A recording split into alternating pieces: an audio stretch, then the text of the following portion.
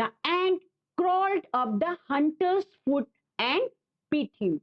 शिकारी चिल्लाया आउच और उसकी जो तीर थी वो नीचे गिर गई। नमस्कार बच्चों, कैसे हैं आप सब लोग? आशा करती हूँ अच्छे से होंगे और बहुत मन लगाकर पढ़ाई कर रहे होंगे। आज हम लोग क्लास 5 इंग्लिश बुक पेटल्स का lesson number 2 the ant and the Dove पढ़ेंगे। इस लेसन को हम 3 पार्ट्स में कंप्लीट करेंगे। आज पार्ट 1 में हम लोग लेसन को ध्यान से पढ़ेंगे, इसके अर्थ को समझेंगे और लेसन से हमें क्या शिक्षा मिलती है इसके बारे में सीखेंगे। तो आओ बच्चों, आज की पढ़ाई शुरू करते हैं। यह कहानी एक लिटिल एंट और एक डव की कहानी है। लिटिल एंट यानी छोटी चींटी और डव यानी सफेद कबूतर, जिसे हम फाख्ता भी कहते हैं। बच्चों, ये कहानी हमें एक बहुत अच्छी शिक्षा भी देती है, लेकिन वह शिक्षा क्या है ये हम स्टोरी पढ़ने के बाद समझ सकेंगे। तो कहानी शुरू करने के पहले आओ इस पाठ में बने हुए 2 चित्रों को ध्यान से देखते हैं। यहाँ पर पेड़ के ऊपर एक डव बैठा हुआ है। डव यानी सफेद कबूतर, जिसे हम फाख्ता भी कहते हैं। नीचे एक नदी बह रही है और नदी में एक बड़ा सा पत्ता तैर रहा है। इस पत्ते के ऊपर देखिए ये छोटी सी एक चींटी भी बैठी है। आइए अब इस कहानी में बने हुए दूसरे चित्र को देखते हैं। इसमें देखिए एक डव यानी सफेद कबूतर पेड़ पर बैठा हुआ है और एक शिकारी बैठा हुआ है जो अपने तीर का निशाना डव की तरफ लगाए हुए है। तो आओ बच्चों, अब हम अपनी बुक से कहानी को शुरू करते हैं। It was a hot day. Hot का मतलब गरम, डे का मतलब दिन। It was a hot day, यह एक गरम दिन था। A little ant was very thirsty. A little ant एक छोटी चींटी, वेरी बहुत, थर्स्टी प्यासी। A little ant was very thirsty, एक छोटी चींटी बहुत प्यासी थी। She went to a river to drink water. Went गई, रिवर नदी, ड्रिंक वाटर पानी पीने के लिए। She went to a river to drink water, वह पानी पीने के लिए एक नदी पर गई। Just then she lost her balance and fell into the water. Just then उसी समय, ठीक तभी क्या होता है? She lost her balance, she चींटी के लिए कहा गया है। लॉस्ट, लॉस्ट का अर्थ है खो देना, बैलेंस संतुलन, फेल गिर जाना, इनटू द वाटर पानी में। Just then she lost her balance and fell into the water, तभी वह अपना संतुलन खो बैठी और पानी में गिर गई। ये देखिए बच्चों, कहानी में आप देख रहे हैं ना, चींटी जो थी वो यहाँ नदी के किनारे पानी पीने गई और उसने क्या किया? अपना बैलेंस खो दिया और वो यहाँ पर पानी में गिर गई। She cried help help. Cried का अर्थ होता है रोते हुए, क्राइड का अर्थ चिल्लाना भी होता है। शी क्राइड हेल्प हेल्प, उसने रोते हुए कहा। शी क्राइड, उसने रोते हुए कहा। हेल्प हेल्प, मदद करो मदद करो। A dove was sitting in a tree. आप चित्र में देख रहे हैं ना, सफेद कबूतर जो है वो पेड़ पर बैठा हुआ है। A dove was sitting in a tree, जो डव है वो सिटिंग का अर्थ है बैठा और वॉज सिटिंग बैठा हुआ था। ट्री पेड़ पर, एक सफेद कबूतर एक पेड़ पर बैठा था। He heard the ends cry, उसने चींटी के रोने की आवाज सुनी। क्राई का अर्थ अभी मैंने आपको बताया, रोना भी होता है और चिल्लाना भी होता है। तो he heard the ends cry, उसने चींटी के रोने या चिल्लाने की आवाज सुनी। The Dove dropped a big leaf into the water. Dove सफेद कबूतर, ड्रॉप्ड का अर्थ होता है गिरा दिया।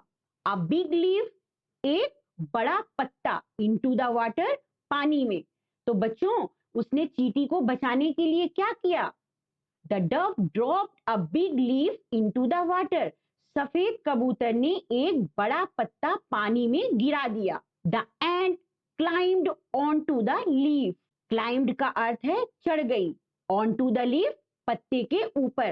तो क्या हुआ बच्चों, जो चींटी है वो पत्ते पर चढ़ गई। The leaf floated to the river bank. River bank नदी का किनारा या नदी का तट। Floated बहकर या तैरकर। तो the leaf floated to the river bank. जो पत्ता था वो फ्लोट करके तैर करके नदी के किनारे आ गया। In this way the ant was saved. इस तरह से चींटी की जान बचा ली गई। In this way the ant was saved. इस तरह से चींटी की जान बच गई। अब देखते हैं कहानी में आगे क्या हुआ। After some time the ant saw a hunter. After some time कुछ समय पश्चात, कुछ समय बाद। The ant saw a hunter. saw का अर्थ है देखा था। किसको देखा? A hunter. hunter का मतलब होता है शिकारी। बच्चों शिकारी क्या होता है? शिकारी वो व्यक्ति होता है जो अपने शौक के लिए या अपने फायदे के लिए पशु पक्षियों को मारता है। तो चींटी ने क्या हुआ? चींटी ने एक हंटर को देखा। He had pointed his arrow at the dove. Pointed का अर्थ है निशाना लगाया। निशाना लगाया था। किसके ऊपर लगाया था? उसने डव के ऊपर निशाना लगाया था। His arrow अपने तीर से। एरो का अर्थ होता है तीर या बाण। He had pointed his arrow at the dove. उसने सफेद कबूतर पर अपने तीर से निशाना लगाया हुआ था। He wanted to kill him. बच्चों यहाँ पर ही किसके लिए कहा गया है? ही शिकारी के लिए कहा गया है, हंटर के लिए कहा गया है। He wanted to kill him. वह उसे मारना चाहता था। कौन किसको मारना चाहता था? शिकारी डव को मारना चाहता था।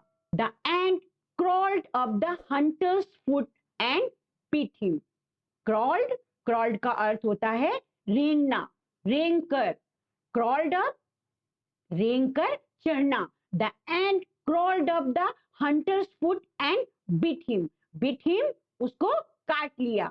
Bit का अर्थ होता है bit, bite शब्द से बना है। Bite का सेकंड फॉर्म होता है, पास्ट टेंस होता है। तो bite का bit हो गया। और यहाँ पर सेंटेंस क्या है बच्चों आपका? The ant crawled up the hunter's foot and bit him. चींटी रेंग कर शिकारी के पैर पर चढ़ गई और उसे काट लिया। आप चित्र में देख रहे हैं, ये यहाँ पर ये डव बैठा है। शिकारी ने निशाना अपनी तीर से डव की तरफ लगाया हुआ है और ये चींटी है जो शिकारी के पैर पर रेंग कर चढ़ रही है। इसके बाद क्या हुआ? Ouch! cried the hunter and his arrow dropped. Dropped का अर्थ है गिर गई। जब चींटी ने शिकारी को काटा तो उसे दर्द हुआ होगा ना, तो शिकारी कैसे चिल्लाया? शिकारी चिल्लाया आउच! और उसकी जो तीर थी वो नीचे गिर गई। The dove was saved. सफेद कबूतर बच गया। The ant and the dove helped each other like good friends. चींटी और कबूतर ने एक दूसरे को बचा लिया, एक दूसरे की मदद की। किस प्रकार से मदद की? Like good friends. अच्छे मित्र की तरह एक दूसरे की मदद की। The ant and the dove helped each other like good friends. चींटी और कबूतर ने अच्छे दोस्तों की तरह एक दूसरे की मदद की। तो बच्चों आप लोगों ने इस स्टोरी में देखा किस प्रकार से जब चींटी मुसीबत में थी तब डव ने, और जब डव मुसीबत में था तब चींटी ने उसकी सच्चे दोस्त की तरह मदद की। इस स्टोरी की तरह हमें भी अपने दोस्तों की, अपने फ्रेंड्स की हेल्प जरूर करनी चाहिए जब वो किसी कष्ट में, मुसीबत में या परेशानी में हो।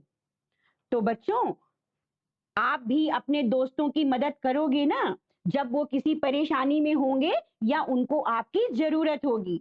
मुझे पूरा विश्वास है आप हमेशा ही सच्चे मित्र की तरह अपना फर्ज निभाओगे। इसीलिए बच्चों कहा भी गया है, a friend in need is a friend indeed. वास्तव में मित्र वही है जो मुसीबत में काम आए। तो बच्चों नेक्स्ट पार्ट में हम लोग टेक्स्ट बुक की एक्सरसाइज और क्वेश्चन आंसर्स को कंप्लीट करेंगे। मुझे उम्मीद है कि आपने इस स्टोरी को बहुत ध्यान से पढ़ा होगा और बहुत कुछ सीखा होगा। अगर आपको वीडियो पसंद आया है तो प्लीज इसे लाइक, शेयर और सब्सक्राइब जरूर करें।